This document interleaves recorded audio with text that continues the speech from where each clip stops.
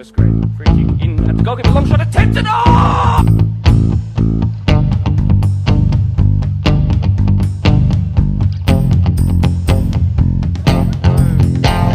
Great looking pass out wide. That is fantastic. That is sensational. And then the winner.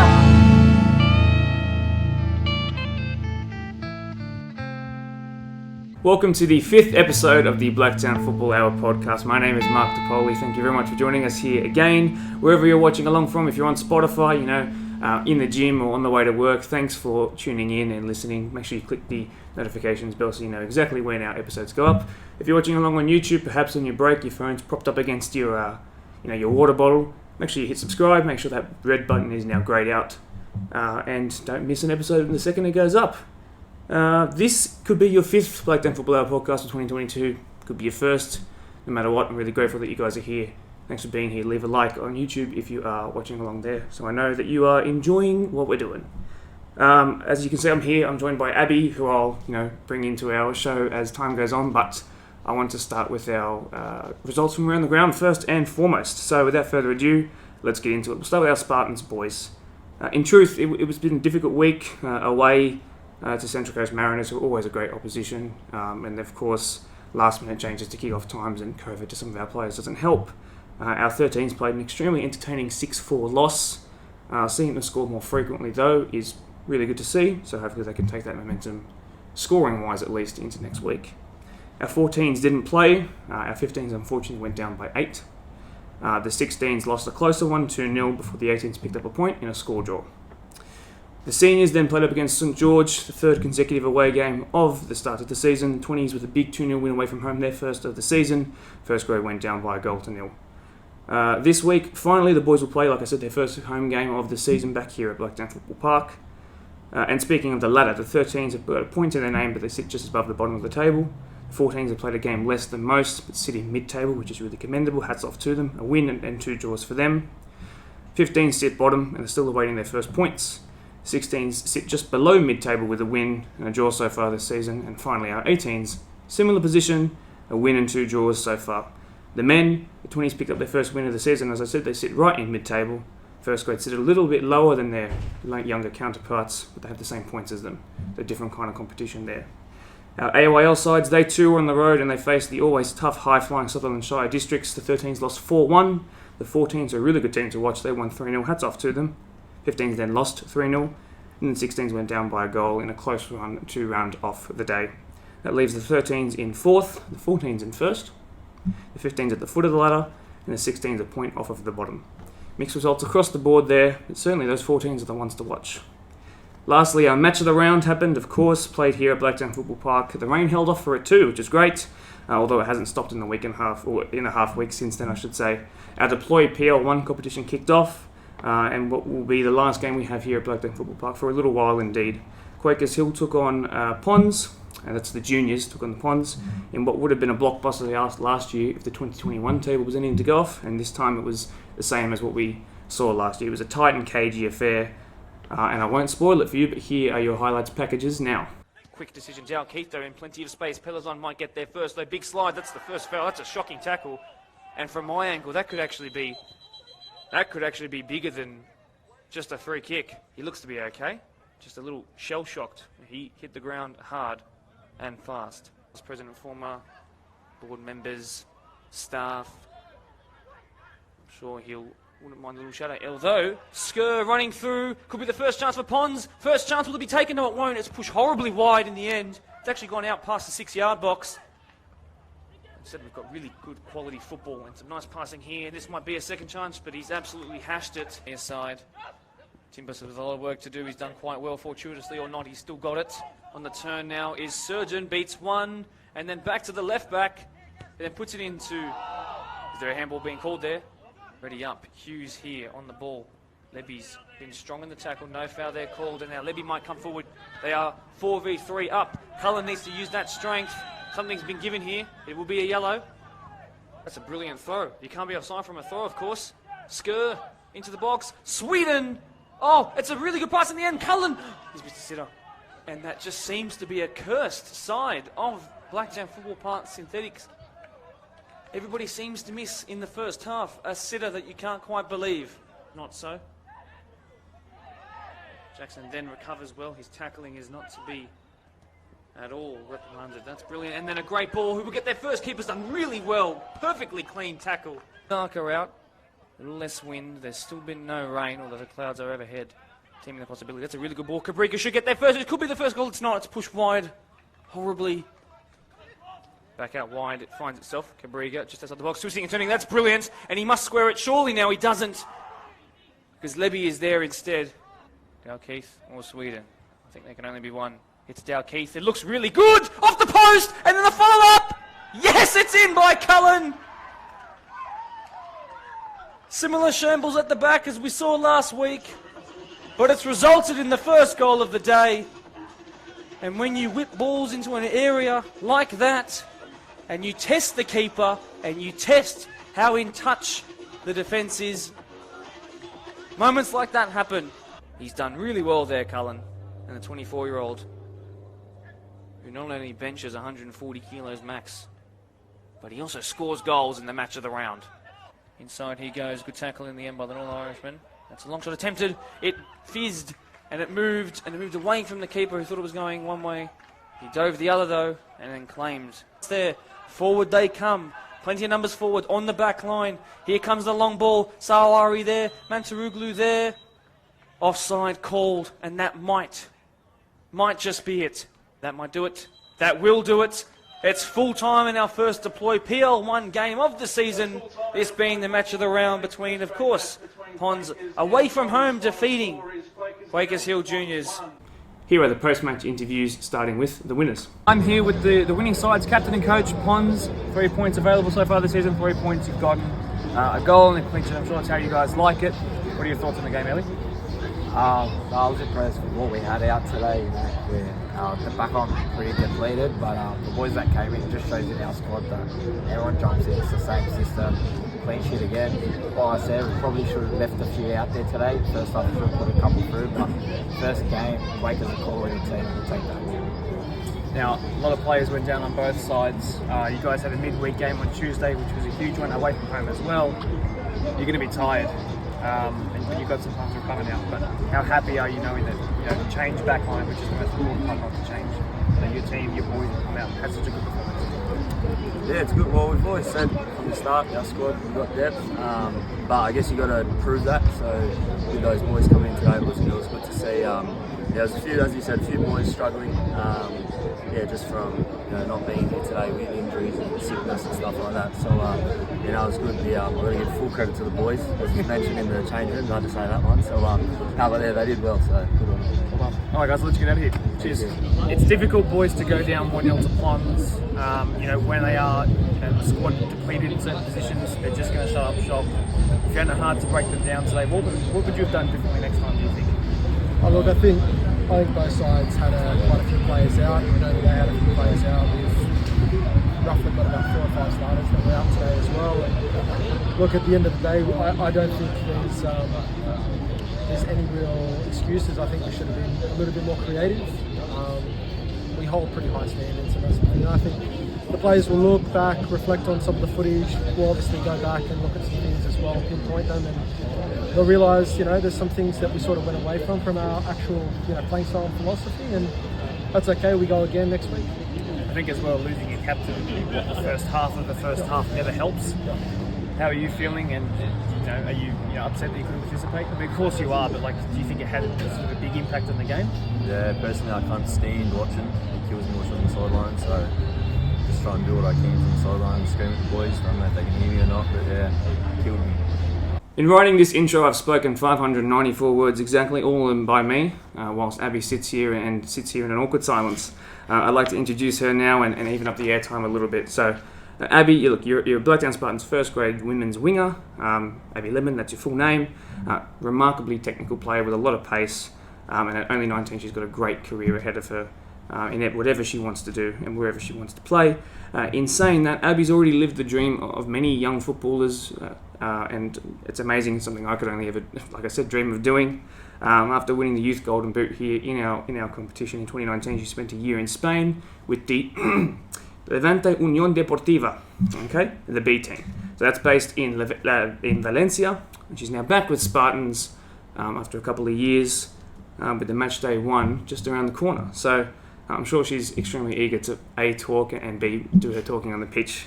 But firstly, here on the Blacktown Football Hour podcast, thanks for being so patient, by the way, Abby. Let's start at the beginning. Did you grow up in a football-loving family, or was football something you found along the way and you've just stuck to it ever since?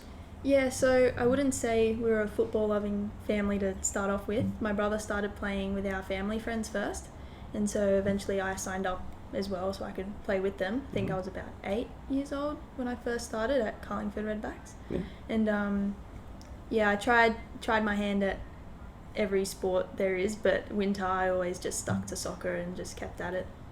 So Yeah, fair enough. That sounds like a familiar story for a lot of people. And look, I've read a couple of articles that have been posted about you. Congratulations, by the way, for featuring in those.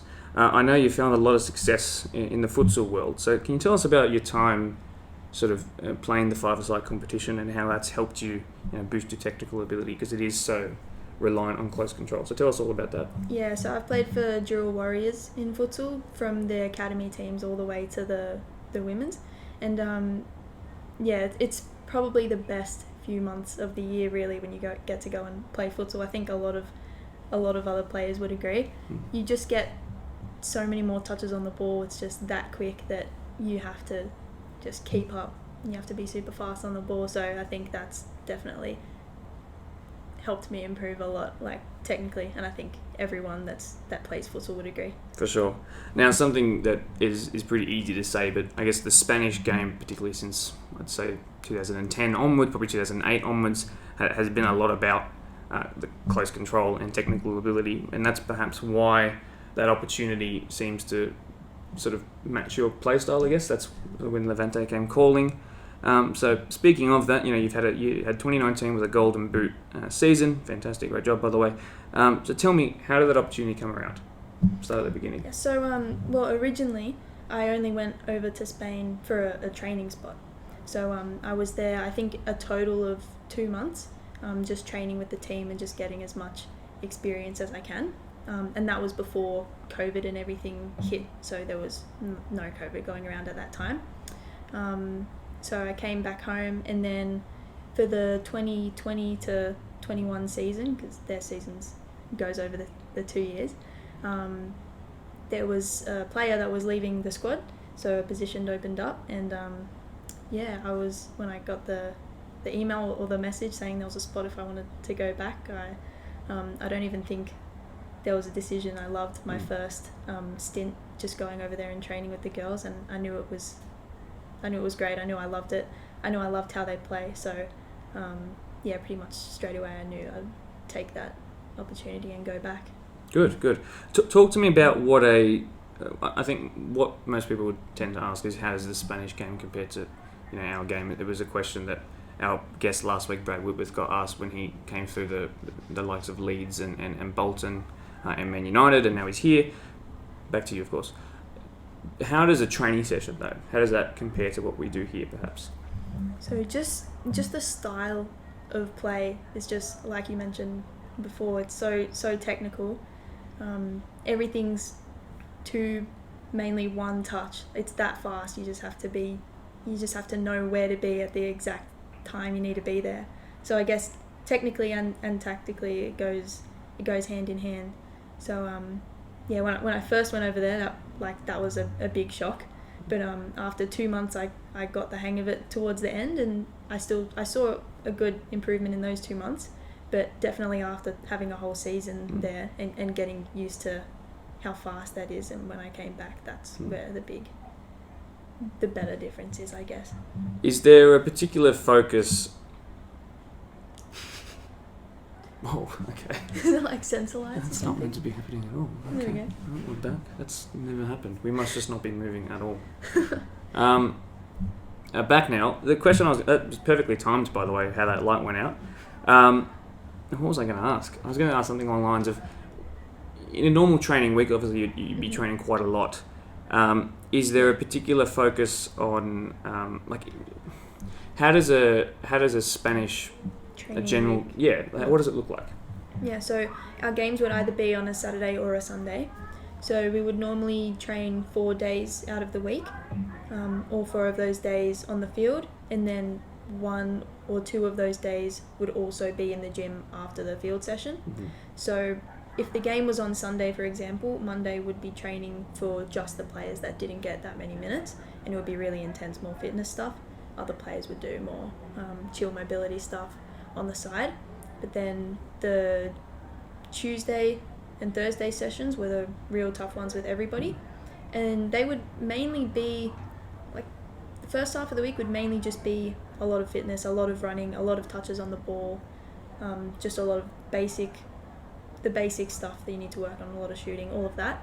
But then as you get to like the Thursday and Friday, it would be very tactical. You'd break it down a lot. That you could almost say there wasn't much running going on because you'd just be spread out all over the field. The coach is just yelling, talking the entire time, and it's just getting ready for the game on the weekend. And as I mentioned before, like the difference tactically, every week you play completely different to the week before. So that was a big, it took me a while to even realise that, because of the language.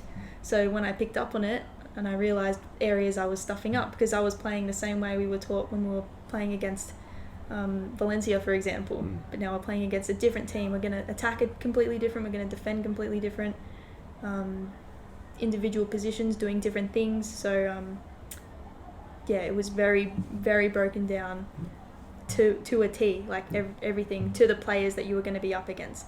So you'd break down, you go, okay, this player here, this is what they do, this is what we need to stop them from doing, all of that. So that would mainly be what you'd focus on the Thursday and Friday leading into the game, also so that you weren't exhausted by the end of the week too. When you're sitting there, that's amazing, by the way, because I think that's definitely different here, and just that little extra bit of detail I think can make all the difference. So that's amazing to hear. And I just want to know is, when you're sitting in a change room, in a Spanish change room, is there a greater expectation to keep the place clean or have the cleanest boots, or are the change rooms set up any differently? How does it? Do you have more than just your coach speak to you? Is it different traditionally there? How does it differ to what we have for here, for example? So a big difference I noticed when I went over there was the facilities. So it's very structured. You go in, if you're injured or you have a niggle or something you're worried about, you go a bit earlier, and we'd have at least 2 physios there. We'd have a rehab coach that was just working on the already injured players that were doing their rehab exercises on the side. So you have the gym equipment, you'd be in there early doing that. They even had a doctor that was there, for... I personally never went up to him, so I'm not exactly sure what he did, but you had him as well. You had, your strength and conditioning coach, you had your head coach and the assistant coach as well. So you had everyone you could possibly need there. Once a week as well, you'd be tested for COVID, so that was all set up. You'd have the people in the full, how it looks, the hazmat looking suits. So you'd go in, you'd do your test. It was all very structured like that. You'd go into the change room, you'd get set up, and you were expected to be out on the field exactly at 4 p.m. or whenever training started. You had to be ready to go, otherwise you'd definitely get in trouble. Yeah. Is there like a fine system, or what does trouble look like? Is it not starting? Yeah, they did have a fine system, so that was not to the extent we do here, where it kind of goes into more of a joke and all of just the little stuff, but it was mainly for rocking up late, forgetting your boots, forgetting something, just those things you'd get fined. But so the training, it was all very structured. You had to be there right when they said do everything, or probably, but maybe a little bit more lenient out our way, but certainly different out there. I think the big question, and it might seem like such a simple one, but the language barrier, how do you deal with that? So when I went over there, I was doing 2 classes a week of Spanish, which did help just in everyday situations, but I mainly learnt or picked up the language just from listening and being around the team, because you pick up things you'll hear on the field, or You just hear the coach say the same thing over and over and figure out what it meant. But at first, it was definitely, you know, the main barrier. But at the beginning, I would just be watching the coach, sort of just watching his hand signals where he was pointing, and then just the tone of his voice. So if it was loud and angry, you know, okay, we're doing something wrong. Or if it was good, you know, you can tell that just from body language and stuff. But after, I'd say about 3 months, I could understand maybe 50% of what was going on. But definitely halfway through my time there, I could understand around 80 to 90% of what the coach and what the players were saying. So although I was not able to join in like speaking as fast, because I take a long time to process and to think of what I want to say, I was still able to, you know, take it in, understand it, and what I needed to do. But also that's where the coaches came in as well. So that the head coach and the assistant would also, they'd be able to tell if I wasn't getting it. You know, they'd make sure I stopped everything, broke it down, tried to get, you know, one of the girls that did speak a bit more English to help out. You know, so they really made sure I was covered as well. But just took a while, I guess, just being in that environment to pick it up. But again, in saying that, it's so easy once you're surrounded by it. You know, I could study Chinese for every year in high school, and I wouldn't know wouldn't know how to say a single sentence. But when you're there, you pick it up a lot faster. Good. Yeah. What do you think of you talked about the phrases that you pick up quite early, particularly the ones on the field or on the training ground. So what's like your man-on equivalent? What's like your press Spanish equivalent? What are those? Put me on the spot. Yeah, I know. Testing your Espanol right. here. So even just one. Cast your mind. Just give me a think of a good one. I shall. Okay. It's hard to just think of Something that was said to G people up in the change room, perhaps. Like what's a common like phrase? Anything. Well, there's vamos obviously, course, but yeah. like yeah, you're putting me on the spot. No, sorry. No, I didn't write this one down, so I forgive Abby. It's not a problem. Yeah, it's mainly I guess it helps more, like I said, when you're in the situation and they're explaining maybe to one player, you know, maybe they've done something wrong and they go up and then they're saying these words that you just piece bits and you sort of piece bits and pieces together. Yeah. So maybe I'd understand every second word, Yeah. and you sort of just mash it together and figure it out just by the sound of it. Good. Yeah. How many other non-Spanish fluent people were in that side? Yeah. So there was one player who did speak pretty good English, and she was the only other international player. Everyone else were from Valencia, who lived there, or their families had moved there from other parts of Spain. And she's the captain of the Puerto Rican national team. So she was pretty good at speaking English. So we sort of were closer, just because, you know, sort of understands we're in the same boat. But the other girls would know bits and pieces of English because they all study that, you know, at school and everything. But, you know, it's just the same thing coming over, like.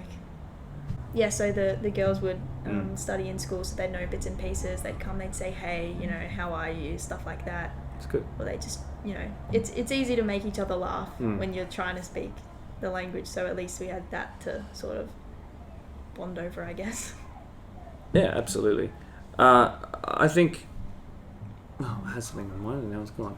I don't want to dwell on this for too much, but obviously COVID becomes a thing. Spain's affected terribly by it. Yeah. And I'm not sure. I know Madrid, the capital was the worst. But there's just a lot of people there, of course. But what was the situation for you like from a living perspective? And we'll transition into what your off of the pitch life was like after this. But what was living with it like day to day? And then when you got to training or to game day, what was it like? Yeah, so luckily when I went, it was after, you know, lockdown had ended. There were still a lot of restrictions, just like we had, but it was after the worst bit that was going on. So you know, people were out and everything. It was still the same, like wearing masks, distancing, you know, your rules. Like eventually, you know, restaurants and cafes and things opened up. It was limited to 4 at a table, just, you know, your average stuff like that. I guess the difference is, like, yeah, there were a lot of cases over there, but it just becomes sort of normal, like, once you're in that once you're in that country, there's COVID everywhere, it just becomes the normal sort of thing. Then here, obviously, now there's a lot more cases, but in the beginning there were maybe 100 cases, and everyone here I know is freaking out. I'm like, what's the big deal? Now, obviously, it's a lot different, but at the time, you'd know a lot of people that get COVID, and they have to take a week off training, but luckily we had those processes in place every week where we'd go and we'd get tested. So there were a couple outbreaks like during the season where one player or one physio would get it, but luckily because of all the protocols we had to take, so I think physios, like, they all had to wear masks all the time, like things like that, it never spread into the team. So we'd be without a player here and there every once in a while, but it didn't affect the whole team. But all the other teams were in the same boat, so sometimes you'd miss a game here and there, have to catch it up, but it was just same restrictions as we've sort of dealt with here. All right. Well, speaking of living there, Spanish life. You're there for however 12 to 18 months, I can imagine, when you factor in the first time that you went and then came back. So you've lived a long time there. So who were you staying with first and foremost? So just let's go with that. So who were you staying with? Yeah. So Levante, they had a residence for their international team. So they had a whole team of players who were just there from all different countries around the world. I think there was American, South American, Russia, Japan, Switzerland, all those places. They had a whole team, and I guess their objective was eventually to get through to the main team. So they had a residence, pretty much just a massive house, if you think about it like that. So I went and I stayed there, and that pretty much had everything you really needed as well. So I guess staying there, you got a bit more than the Spanish culture. You sort of got to have a big family of people from all over the world. So I guess that was really cool. But where I lived, it wasn't right in the city. It was more, it was just outside, so more just a bit quieter, like suburbs. And around the corner there was a cafe. So I would go there and I'd study from there, finish year 12, and do my I started my Cert 3 in fitness while I was over there. So I'd go there a lot just to get out of the house as well, because I was the only girl there too, so it was quite loud and quite busy a lot of the time.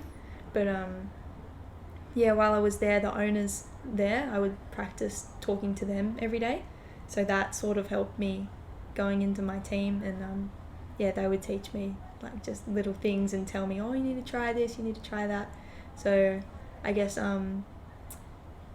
the main thing you could do when you're in Valencia, let alone just Spain, is eat paella. So like they'd cook that and I tried that, and they were great there too. So like even outside of the team, the people that I met were really great and really kind, and they were always asking about football and stuff like that. So everyone I got to meet along the way was all really positive. So you're doing year 12 whilst in a country that doesn't speak English. Like, that's, first of all, extremely commendable. But let's talk about that for a second. What's it like? And is COVID affected? So you would have been on Zoom anyway, because you weren't going to come back for classes, obviously. But talk to me about that. What was that like? Yeah, so that was, luckily it wasn't the whole year. It was only the term 4, I guess, like just the last bit. So I didn't actually have to do any Zoom things because everyone was back like in school. I just got a big pile of paper pretty much to get through and help to prepare for the exams and stuff. So I just go through all of that by myself, and then I did those exams at the school closest to the residence I was staying at, because you can pretty much reach out to any school and they just hold it for you. You just go in, sit in a classroom, and one of the teachers there would just sit and make sure you're not on your phone, pretty much. So it wasn't the whole year, it was just the revising part, so that was really lucky that I didn't have to do all of year 12 like that. Otherwise it would have been a lot more paper. Yeah, for sure, absolutely. And then so the season happens, the season comes and goes, and then you get to the end. So what happens? Is it like you finish your last game and then you said goodbye and you came back straight away? What happened around that time? Yeah, pretty much. So especially around that time as well, it was flights were pretty crazy to get back to Australia too. So any flight you could get, you pretty much had to jump on. So for us, the season finished, and unfortunately, the second team, we needed to either win or draw our last game to stay in the comp. But we were one of the 4 teams that got relegated down. In saying that, yesterday they got promoted back up, so they're in second division again, which is good. But so the season finished. They still held more games, and there was, I think, a local competition as well after that, just to keep playing for the next few weeks before there was the bigger break between seasons, which isn't that long anyway if you compare it to here. They pretty much play all year round. Except for maybe 2 weeks over Christmas and New Year's. Yeah. But so I was able to get a flight pretty much a week after the season ended. So I jumped on that, and they understood that, I needed to try and get back home, which was lucky I did at that time, because that's when everything started back up again, and we went into lockdown pretty much the day I got back. So did you have to do a 2-week quarantine? Yeah, so I came back, I did the 2 weeks quarantine. Slowly on TV, cases, like there was 1 case, and then there was 10, and then there was 100, and I got out of quarantine, got picked up from the hotel by my mum. We went to the shops, had a coffee, caught up, and then we walked into one of the stores, and one of the workers there just told us, we're going into lockdown like tonight. So welcome home. We went, yeah, that's a great welcome back. Well then I guess you come back and you almost walk straight into a lockdown. I can imagine that gives you then a lot of time to, like we said, we have a long off season here in Australia, so you're able to sit down and reflect upon your time. You barely had breathing time because you've probably been looking for flights for 7 days. Looking back now, and it's been a bit of time, you come back and you have this time to reflect. Mm-hmm. How do you look back on your time there? It's the whole experience, like going over there, especially by myself, and getting so lucky to be in a good group of girls as well, in a good club. Like everyone was just like there for you the whole time. You didn't run into a single bad person there. I guess it was all a really positive experience on that side. And then on the football side of things, jumping into a completely different style of play, like I was lucky that I was prepared, or I had an idea of what it was going to be like. But actually playing in games against other teams is a lot different than to just training. So summed up the whole experience, I guess. I think the most impacted part, like, of my own style of play, I guess, would say is like decision making. That you just have to be that quick, otherwise someone's going to come out from behind and just take it off you. Like I said at the start, everything's like 1 or 2 touch, which I love because it's good. It's that like it's just going everywhere all the time. So it's great to watch, and it's great to be in because it feels so like what's the word? Aesthetic. Like when it feels aesthetic when you're in there, and it's just 1 touch passes the whole time. But definitely decision making and just confidence on the ball, and technically as well, trying to keep everything like crisp when you're playing that 1-2 touch. Like your first touch has to be good, otherwise someone's going to be on you straight away. So it was definitely the best 12 months of football I've ever had, and it was unfortunate that we did get relegated, but in saying that, it was still like the best team environment that I'd been in, especially having such great coaches too that were always looking out for you as well. Like they knew that being an international player, 1 of 2 in the team, it is hard as well. You're not there with your family. All the other girls are there, they have their family at every game, all of that sort of stuff, so they were really there for you and making sure that everything was going good. So I guess kind of that pretty much sums up the 12 months. It was just the best. experience I've had so Good. far. Good. Yeah. And hopefully plenty more to come. Like I said, only age 19. There's plenty of time still to go. I think I have two more questions for you. And the first one is, we've played a couple of trial games out here recently. Is there a moment when you've gone, like you've beaten a player or you've created a triangle around a player and you've gone, that's something that I learned from there? Obviously excluding your natural progression over 2 to 3 years. Obviously you're going to improve, but is there something, are there moments where in a game you'll go, or you reflect on a game and you go, I've done X, Y, and Z because I learnt that over there? Yeah, so spending that amount of time over there as well, like I knew I was improving, I knew I was picking up a lot, but at the same time I was still thinking, I'm not sure exactly how it's going to go when I get back, but now that we've had a bit of like game time against other teams in the comp, I'm feeling pretty good. Like I said before, just a bit more confident on the ball. So there's been, I guess a couple of occasions where I've just had a good sequence of passing or things like that, where I'm thinking, okay, it's starting to feel good again. But especially after that, the whole lockdown period as well. So I've been thinking, I know I've improved, but am I going to get back into it? Like, how am I going to go, scoring goals again?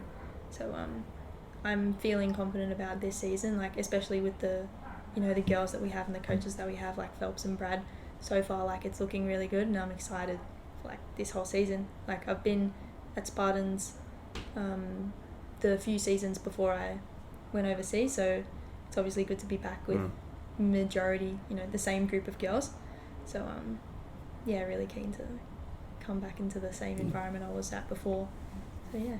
Well, I guess following directly on from that, what are now your, as a team, what are your goals for this season and then seasons beyond?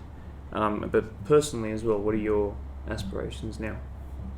So, well, first, like as a team, it'd be really good this season if we can get through into the finals and stuff.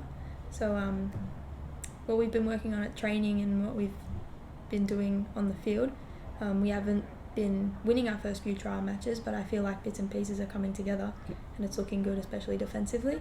Just, what we've been working on, been able to bring it to the field. So that's pretty good after a couple of weeks of trial games and going into the season. So like I said, hopefully we get through the finals this season, because that would be really cool.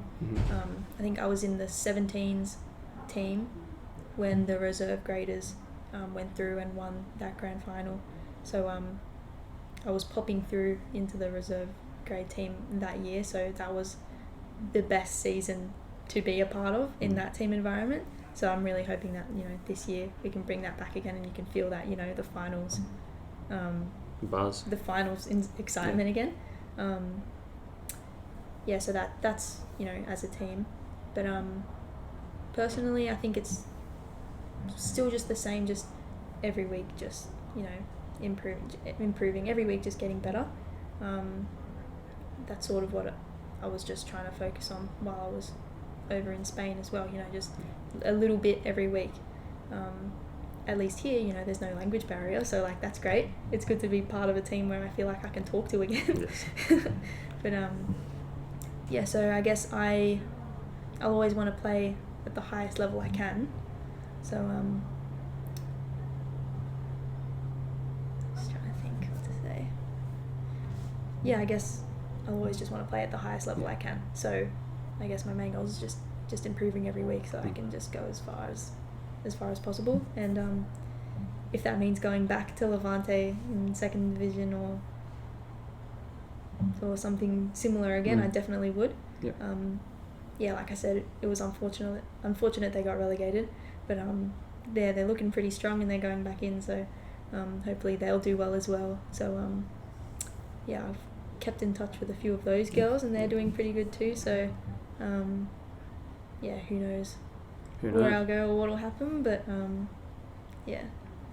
just playing at the highest level I can is really the goal. Good, as it should be. Yeah, fantastic. Look, let's wrap it up there. I think that's great. We've covered everything. We've covered how you lived, how you trained, how you played, how you approached both of those.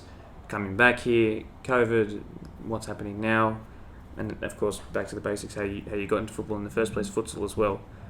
So look, I think that's awesome. It's a really, really good story, and that's what we want to have here on the Blacktown Football Hour podcast. Abby, thanks very much for coming on. I really appreciate it. Thanks for having me. Thank you. And then let's move swiftly on to the next segment. Welcome to our second segment of the day. I'm joined here by St. Pat's coach and captain of the Premier League 2 side. They're featuring in the match of the round this weekend, and we're going to talk about everything that's happened so far in their season up to now and what they preview for this game on the weekend. So first of all, thanks guys for joining me. I really, really appreciate that. Thank you for having us. Excellent. So let's start straight away, and Mario, to my left, we'll start with you. When you watch football, and in your time of watching football, which coaches have you looked at, or teams have you looked at where you've gone, yes, I love that style, I'd love to be able to replicate it? Well, I'm heavily influenced by South American soccer, and so I look to people like Sampaoli, who's coached the Chilean side for many years. Over the years, I've tried to certainly push that style onto the teams that I play. Hasn't always worked, but certainly I'm big on possession, maintaining possession, making sure that we keep the ball away from the opposition, and we work hard as a team. And I like to have also a fluid formation, so we don't want to be just 4-4-3, 4-4-2 I should say, or 4-3-3. We want to move around to adjust to what the opposition is doing. That's pretty much my take on the way I want to coach. Excellent. Michael, how old are you, if you don't mind me asking? 23. 23. So, and you've been the captain of this side for 2 years now. That's what I've gathered. Yeah. Awesome. So, on the back of that, can you describe what your role in the team is with that armband on? Are you more of a lead from the front, and you take everyone under your wing, or are you the kind of person who just leads by example and maybe you're a bit quieter? I think I'm a bit of both. I try to lead from example, also I try to lead from the front.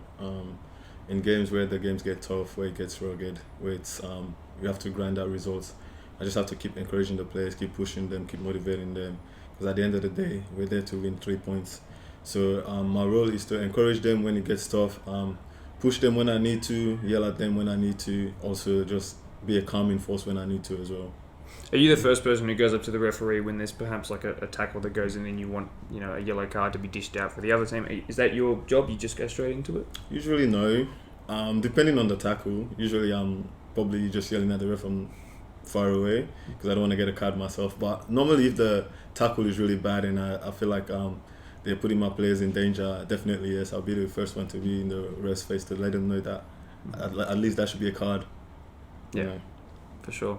In terms of you, I know I don't have this down, but you on the sideline, and this is not a question I've asked anyone before, but are you particularly animated and talking constantly, or you sort of sit back and you're happy to talk at halftime and then only really when you need to jump in? That's right. So I don't like to yell because you're just giving too much away, what you're planning in your head.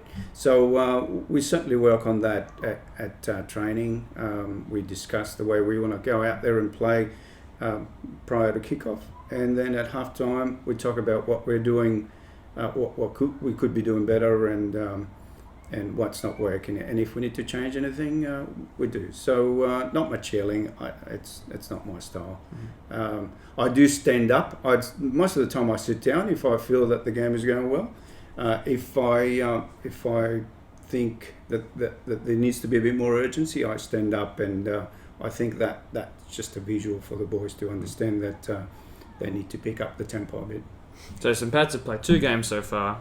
You've had a win, you've had a loss against, and most recently against Prospect. That's a very good team in times gone by, particularly of recent. Mm-hmm. Obviously, you get a 3rd game that's washed out, cancelled. But the 2 teams that you've played, we've actually watched them both in the first 2 matches of the round. So Prospect played against Eastern Creek and Premier Spurs against Glenwood. So we know what they sort of play like, what their quality is like, how good they can perform. Yeah. What can we expect to see from you guys this weekend? You're coming up against a team that have actually overperformed by what people might have thought.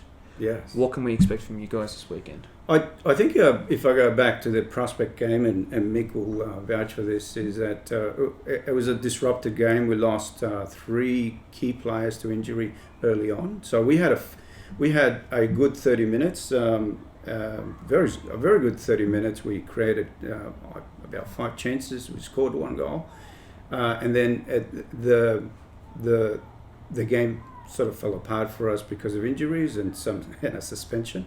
But we've gone back and spoken about what we need to do, and it's just about playing our game again, taking our chances, because that's where we've only just had our goals put up last week, so we haven't had much practice in front of goals. So it's about taking our chances, maintaining possession, and playing our own game. We haven't seen Minchinbury play, but we hear they're quite a good side, and certainly looking forward to it. Yeah, well, they won their first game, which was against Glenwood. Mm-hmm. They then lost to Tigers, which are a young team, always on the rise season by season. So they seem to be coming together as well. Mm-hmm. And then they've had a big win over Eastern Creek, who were the first place side, but by some distance, come the midway point when we got cancelled last year. Yeah. So you almost don't know what to expect, Yes. and you don't know who's going to be coming out on top in this competition. So I think the question I might ask you, Michael, is when you're approaching this game on the weekend and you're in the changing room before the game, and you've got a team who you don't know how they're going to set up at all, you haven't been able to watch them, and they're having these results which are probably unexpected. How do you make sure the boys go into it with the right mindset? What kind of mindset is that? I mean, at the end of the day, it's just about 3 points. Every game we play is about getting the 3 points. We don't have to worry about how other teams play or the results that they have in. It's just that we go out there, like the coach said, do what he's told us to do the simple things right, play our game. Don't worry about what the other team is doing. Staying calm in the game, because in a game like that, it's always going to be tense. It's going to be heated. So we just have to stay calm, play our game, and focus on winning the 3 points. I mean, obviously, it's always good to see like these teams getting good results, and then you go to challenge yourselves against these teams. But at the end of the day, for us, all that matters is 3 points, and that's what we're going to be going for on the weekend. Mm-hmm. Yeah. Can I add to that? I think that coming up against a good opposition, someone that's leading the comp, there's not much from a coach's perspective that needs to be done. The team understands what they're coming up against, and they prepare themselves. So there's a little bit more intensity throughout the week. I know we haven't trained much, but the chatter amongst the boys is to be prepared and come to the game with their heads switched on, or heads screwed on. Yeah, so that's a positive always. Love coming up against teams that are doing well. Not much from my side that I need to do, apart from the physical preparation. Absolutely. On the media day that we did about a month and a bit ago, and those episodes will be airing throughout the week to give you a preview of what the teams look like in comparison to last season to this. So keep an eye on your social media pages, 6 p.m. Throughout the week. Back to here.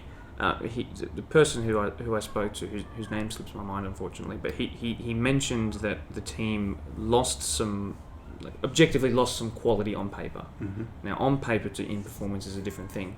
Yeah. And we saw how good you guys could be, and the ladder will suggest last season how good you guys were in the match of the round that we watched, which was here on a weekday night. So, as we come back now with light, I think the end to that question that I want to get out of you is how close are you to being back to where you were last season in terms of that quality? Yeah. And how have you plugged those gaps so far with new players? The standing captain on that day was T-Boy, so he was right. So we did lose some quality players. We've got a champion side coming through as 2 years running champions in the under-20s competition. So there's quite a few good quality players that are starting to make a name for themselves. They're fast. They've got good ball control, technically very solid. So for us, it's a matter of developing our juniors. And, I can vouch that Michael was a junior for us I've known Michael since under-13s. So for St. Pat's, we don't go out there and look for too many players because we like to work and develop our juniors. Good, I really like to hear that. That's good. Would you agree with that? Definitely. What I'll add to that is that also, like, sometimes it's always a good thing to lose quality players because then it tells you what your strengths are as well. This season has been different. Obviously, we have to gel still with all the cancellations, the rains and stuff. We haven't had time to have proper training together as a team. But obviously, from the first 2 games that we've played, I've seen that there's a lot of potential in the team.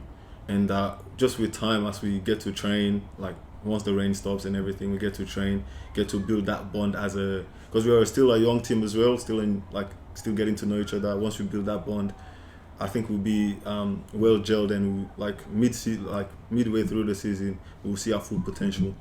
Good. Absolutely, that'd be good to see. My last question to you is: look, this is the first match of the round we're going to have away from here at Blacktown Football Park, and you guys are at home. So, Bert Saunders, tell me about sort of what that pitch is like, and to anyone who hasn't seen it, what's that pitch sort of like, just briefly, and how excited are you to be back there? Sure. We're always very solid at home, so we win a lot at home. It's a big field, so for us, because we train on it, we know the space, we know how much running we need to do. So that's, I think, the advantage for us. Our supporters are there, our people are there, our change room. So it's a ground that we know well. So from that perspective, I think that we'll do well at our fields. Yeah, just like the coach said, it's always good to play at home. You have your home support and everything, and also we have the space. It's a pretty big field, and advantage for us is that we train there every week. We know how to open up, how to close. It's easier for us to defend, it's easier for us to open up and attack as well. So the feeling is always the best to be at home, because we know that's our ground. It's not easy for any team to just go there and take points. So it'll be a good feeling to play there. Excellent. Good. Well, that's going to do it, boys. Thanks very much for coming in, especially being part of our Match of the Round previews. They're oh so important. And when this does go up on Thursday, 6 p.m. On YouTube and Spotify and Spreaker and all these things, it gives the opposition the chance to have a look at you, and then also you can watch on it and see them as well. So best of luck for this weekend. Thanks very much for coming in here. Thanks for having us. Thank you, Mark. And on to segment 3.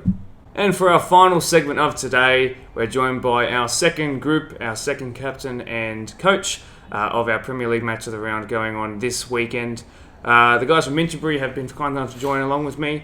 Blake is the coach, and Matt is part of the leadership team, and he's new to the club this year, but is already making an impact from what I've heard. So thanks very much for joining me here on the podcast today, guys. Really, really appreciate it.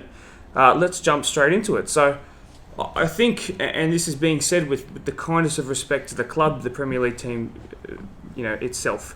If anyone looked at the results from the first 3 weeks, you guys have been killing it, and I'm really happy for you guys, and that's awesome. And like I said, with the utmost respect, people might not have expected that based upon the history of what you guys have done previously. You've already outscored your points tally in 3 games than what you did in the 10 we played last season before cancellation. So most recently, you've beaten Eastern Creek, who featured in the Match of the Round in week 1, and they were very good contenders, and they were first last year when we got cancelled. How on earth did you beat them? Yeah, look, thanks, Mark. Thanks for having myself and Matt here today. For us, last year was difficult. Started with 7 players.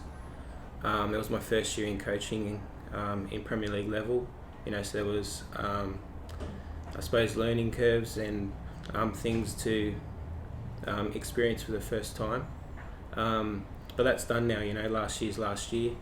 We're here for 2022, and I think we've, I suppose, made our mark already with 3 weeks. But we know that there's a long season to go to be where we want to be, and that just comes down to hard work and putting in, week out. But in terms of last week, couldn't be prouder to have such a big victory early on.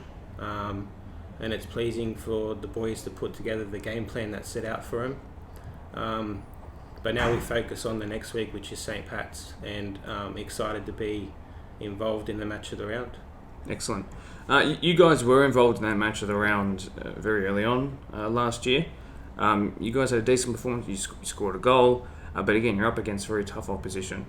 So it'd be great to have you guys back on as a rejuvenated new side, and I think what we want to know is what's changed from last season to this now. Obviously, in the Premier League Media Day, in the videos and the interviews that are going up with your captain this week, probably as we speak. Can you tell me in a bit more detail? I know you'll struggle to touch on this, but because you were here from last season to this, what's been so different? Has it been recruitment? Is it a philosophy?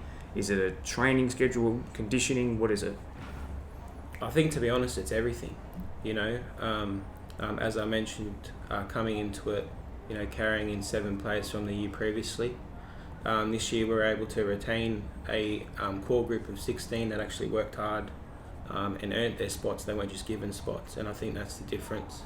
I suppose you mentioned recruitment, and I think Matty can touch on that from where he comes from in the NPL system. We in terms of recruitment, we wanted quality. Our players that have had experience in Premier League 1 or the AYL, or as I mentioned, NPL, and that's what we looked for. You mentioned our training schedules, etc. Nothing comes easy in life. Like you need to work hard and at times sacrifice. And the boys train hard, 3 nights a week. There's tactics, there's fitness, there's gameplay that comes into it.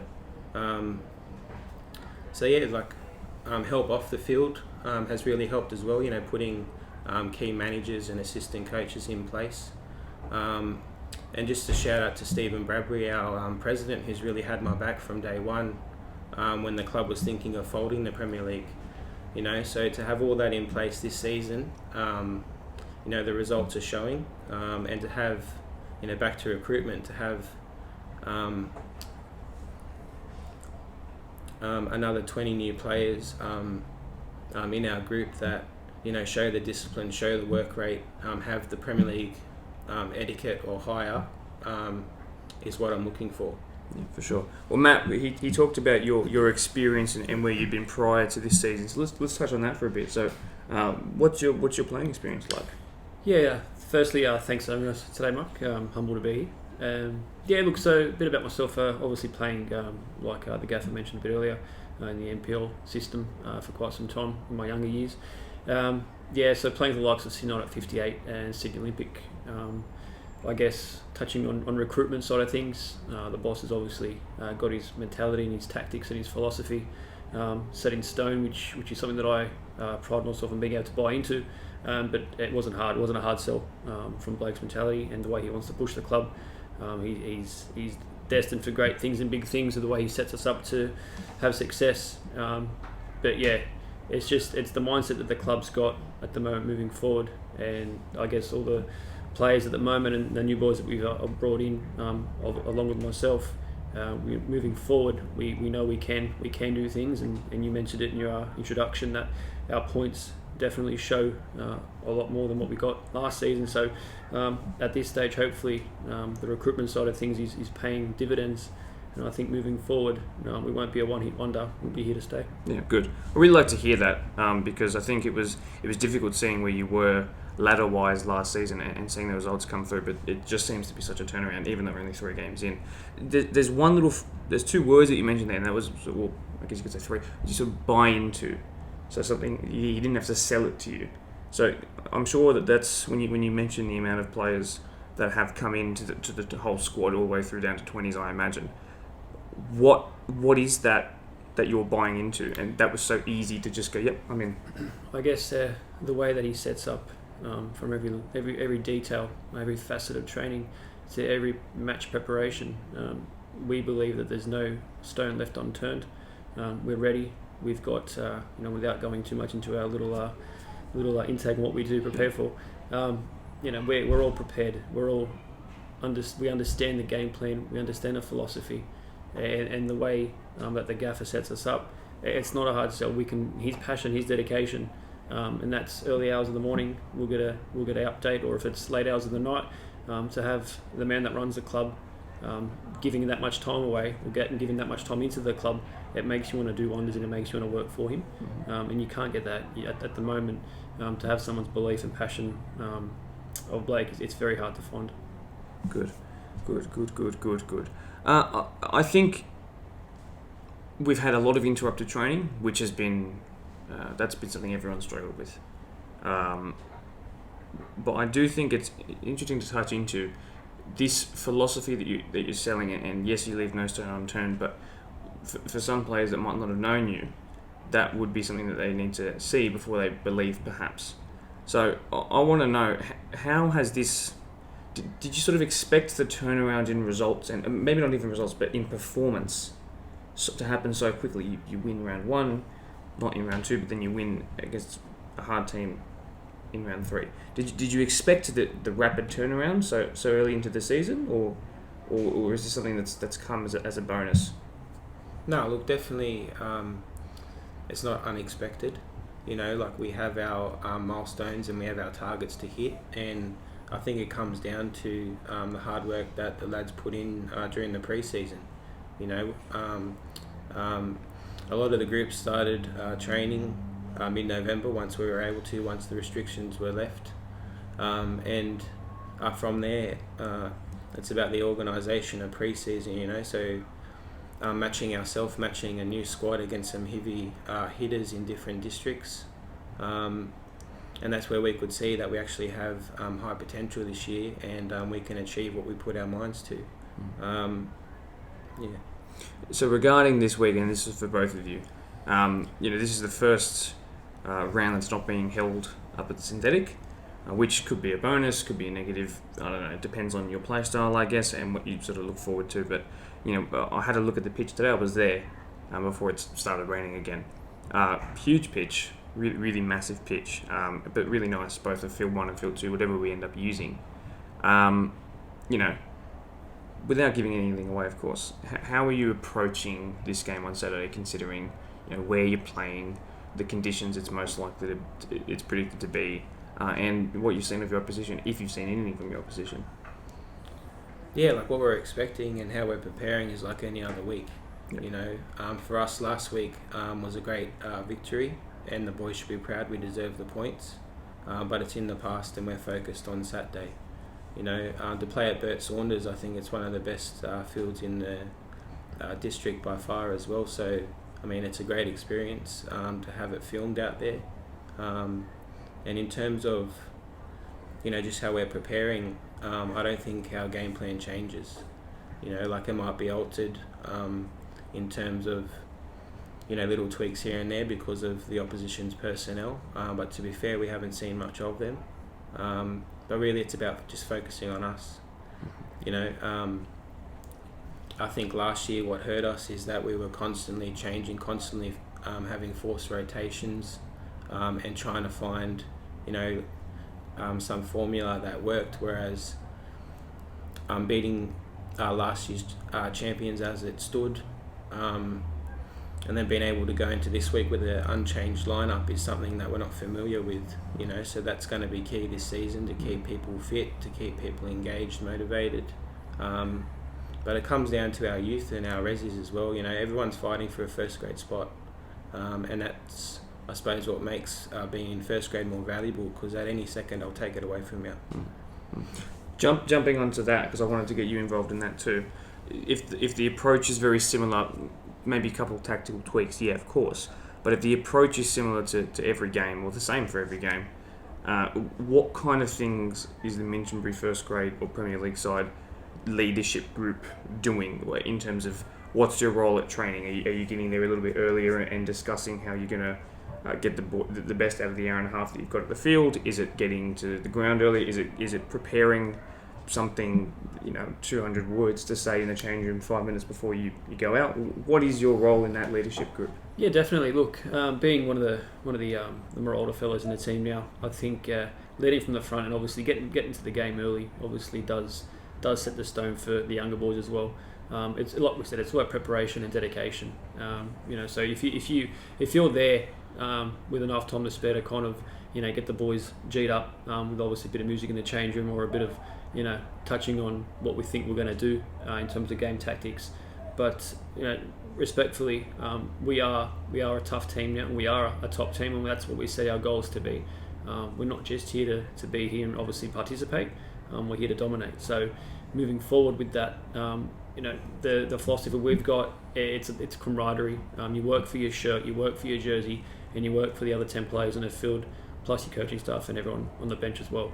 And it's just a team effort now, and the chemistry that we've got at this club at the moment, and moving forward, is one that it's been instilled in this club, I believe, for a long time. It's a family-orientated club. We've got some great directors and great committee members behind us, and I think moving forward, we'll start getting the recognition that we deserve, and that's respectfully saying to all clubs we play against. Moving forward onto St. Pat's this weekend, they're a tough team. They've been in the comp for quite some time. They've got some talented players, and we look forward to the challenge on come Saturday.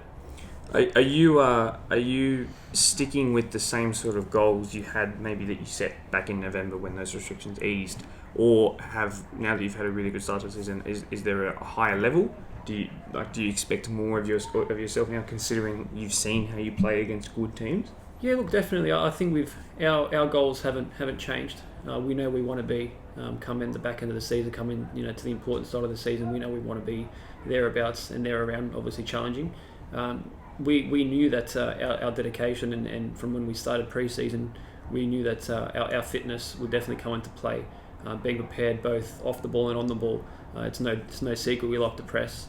We definitely like to win the ball back rapidly for our positioning style of play. But no, I think where we are now is kind of where the gaffer wanted us to be. And if we're sitting on that pinnacle at the moment now, I think we're on a good trajectory to moving forward. That we're pretty much where we want to be. Yep, sounds really, really solid, guys. My last question for you, Blake, would be: you've talked about always having competition for spots. No one's sitting there safe. Probably not even the guys from your leadership team.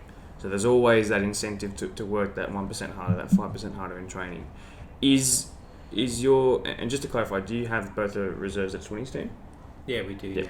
Are you trying to instill, like when you talk to the coaches of those sides, or if you're coaching the reserves and somebody else is coaching the 20s, for example, are you trying to instill that same sort of footballing / tactical philosophy onto those teams as well, so that everybody's feeding into the same style of football by the time they get up there? Yeah, look, 100%. In terms of our structure, there's sessions where all three grades will train together. I think that comes into what Matt's talking about, that that culture, that respect, that we're one family. In terms of the tactics, there's no good two squads going off and doing something else, and then for first grade, I suppose need them to do a job or do something that's specific, and it's the first time they're hearing about it. That doesn't help. So yeah, definitely there's a system, a structure, a way of playing that I've developed, and in all three grades it's going really well for the start of the league, and I'm looking forward to seeing it continue from the boys. Excellent, good to hear. So it seems if you watch Minchinbury in the match of the round, or you watch them at their home ground or when they played last year, it looks like that's a totally different side.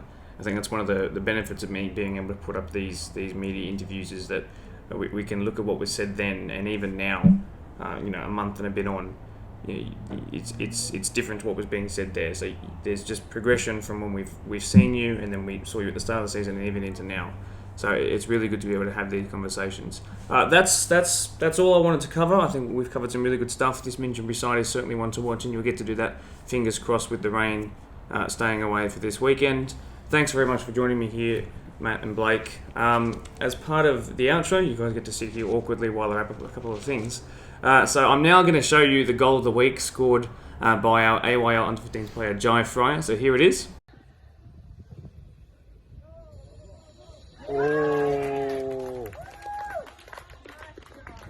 That's a fantastic goal. Congratulations to you, Jai. Make sure you submit all of your entries to goal@bdsfa.com. Just a little 7-second video, and I can edit it up and talk over it, as you've just seen just then. Cue the outro music. Share it around to your teams. Get the tactical insight you might want to get from both St. Pat's and Minchinbury, who featured on this. I hope you enjoyed Abby Lemon's story. She was fantastic. Good to have her on.